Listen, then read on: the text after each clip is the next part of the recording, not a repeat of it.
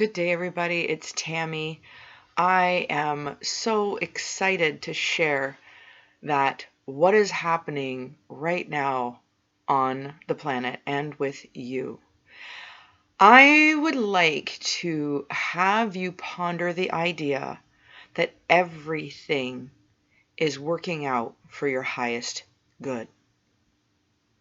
Even the things that you aren't able to see because there is a human part of you that is clogged up with human things, distractions, people, relationships, responsibilities. All of these things that you're experiencing are only part of your actual magnitude. These things aren't happening for no reason. If you think about being a child coming into the world, and then you grow up into an adult, and then when we die or whatever, there is this master that leaves. What if it was something completely different?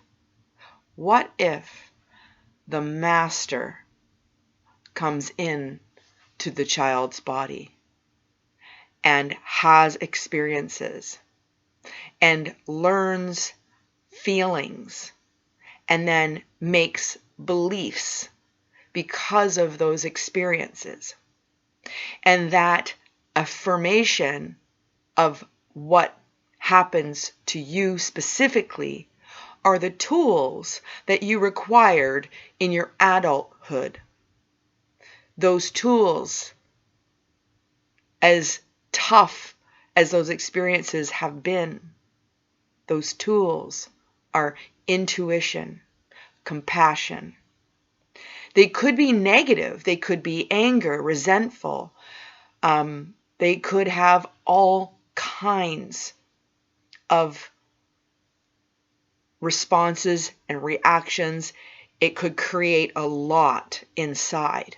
But what if the master in you was always observing, always there, never leaving your side? What if you could access this master within you, within us all? What if that master comes through in certain instances where you go, oh, I just got this vision of whatever that happened to be, and it resonates with you. This master is the observer. The human part of you is the experiencer, and the inner child is the feeler, the creator of all emotions based on those experiences that you've endured. We've all come here to learn. Life is a school. It's possible by healing your guilt, shame, and any burdens that are in your life. If you heal those, what if you become more connected with your inner master? What if this is more making sense than anything else right now? And if this makes sense to you, what can you do about it? I would like for you to join me. I am delving into a new perspective. And with this new perspective, I am going to go back and reread all kinds of things that I have been writing since 2012, just to see if something new makes sense based on this new perspective. This week with our spiritual laws, we are talking about the laws of projection. The law of projection is a visual perspective where if I think that something is a certain way, should I think that everybody should believe that? The answer is no. You won't resonate with what you're not ready to hear. With the law of projection, I have looked it up in the dictionary. There are several definitions about this law of projection. The word projection alone holds many meanings. It's extensive. I will share that with you. But for the sake of the law of projection, I want to read this. Everything you see in the outside world, outside of yourself, is a projection of how you feel about someone else or something else. But it's the projection of that. So everyone must be struggling today. That would be a projection because it's untrue. If I'm struggling with my life right now, it's important that I own my own experience. I'm feeling ... We can't know what the rest of the world perceives about anything. Everybody likes vanilla ice cream. Little comments like that even are under the umbrella of the law of projection, where the other person or object is holding up a mirror for you to see yourself and your inner feelings about yourself more clearly. I love this Shakespeare quote. All the world's a stage, and all men and women are merely players. They have their exits and entrances, and one man in his time plays many parts. Most people don't realize that they are living in a direct reflection of their projections. So let's take a look at Diana Cooper's book, A Little Light on Spiritual Law, under the chapter 7, The Law of Projection. On earth, aspects of self are reflected back to us. All that we perceive outside of ourselves is a mirror of something within. Therefore, everything that we see outside of ourselves is a projection too. We project our stuff, both good and bad, onto other people and assume it is within them, often denying it is within us. It's like this. Sometimes we assume that what someone that needs help might benefit from the things that have helped us. But we have to remember that every individual will be guided by their own inner master toward what is needed for them. If we think of all the details of our life and how we would have access to all kinds of different modalities, different directions, different kinds of pain, we can't assume that we know what's best for another person. The truth is, you can only see yourself, hear yourself, talk to yourself, criticize yourself, and praise yourself. When we project in a conversation, you are, or she is, he is, you're projecting yourself onto someone else. It goes to say, and I can relate to this, all my life, if I had a nickel for every time someone said, "You're weird," would that mean back in the day that hurt my feelings? Now, it might seem to me that that person's authenticity and their weirdness was not accepted, and then not accepted by themselves. So it is a projection. My whole life, people calling me weird. Am I weird? Maybe. Funny, creative, odd, won't go in the box. Maybe. When we assume someone feels as we do, it is a projection. Okay?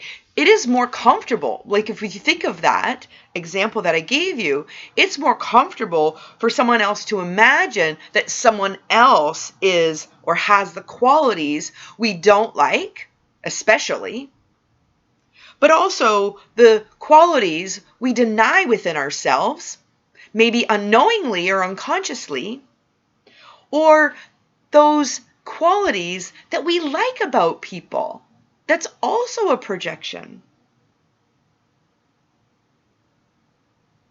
There's always a grain of truth for the person speaking the projection. To start to look within. So, we project our insecurities, we project our good qualities, all of these things. We also project our beautiful, gracious, powerful, and brilliant parts onto another. It's possible to be completely innocent and well-natured, to believe that everybody has the same heart. Is that true? From a perspective of someone that has a genuine, beautiful heart, they would see in everyone the same heart. Even if it's a fraction that is present, they would still see that. We project our inner beauty. You ever see a couple that get together and all of a sudden they're like, you've seen them individually, you've known them individually, and then that couple finds each other and they also find love. And then all of a sudden they look different. Their energy is different. They look younger, they're smiling more. Love projects between two people onto each other, and then that manifests into something even more beautiful. Generalized projections. Everyone does this. All women are that. I more consider it stereotyping. Kids are ... men are ... When I translate that projection, what I hear is a part of the self that has a hard time taking responsibility for that which belongs to them. Projecting yourself onto someone prevents you from taking responsibility for yourself. It's a powerful form of denial. Projection can be a game of ping pong, where two people are arguing or shouting at each other. You can only ask yourself these things. When we take responsibility for our own feelings, instead of saying, "You make me feel beautiful," you would turn that to, "Every time I'm around you, I feel beautiful.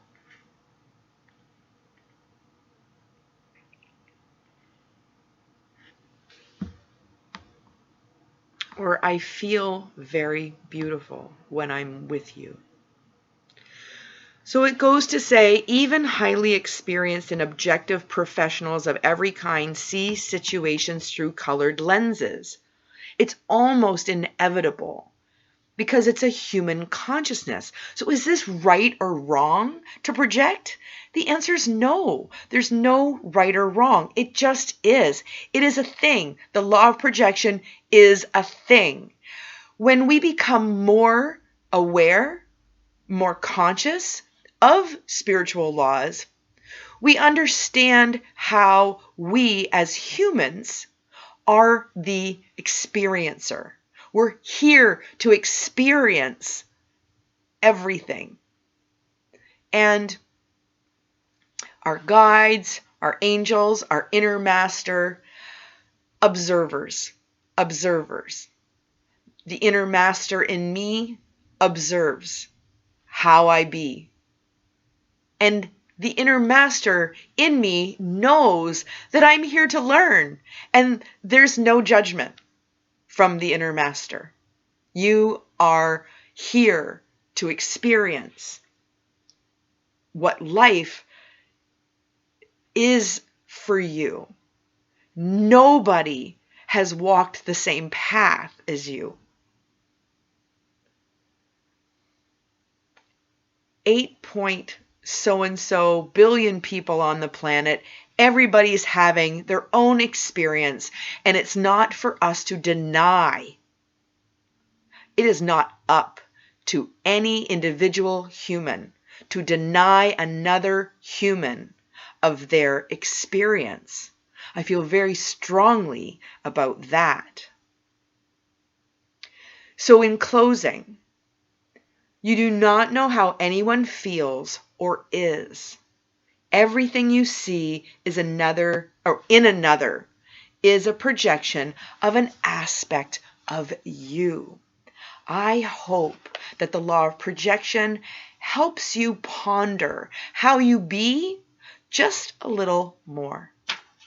Namaste.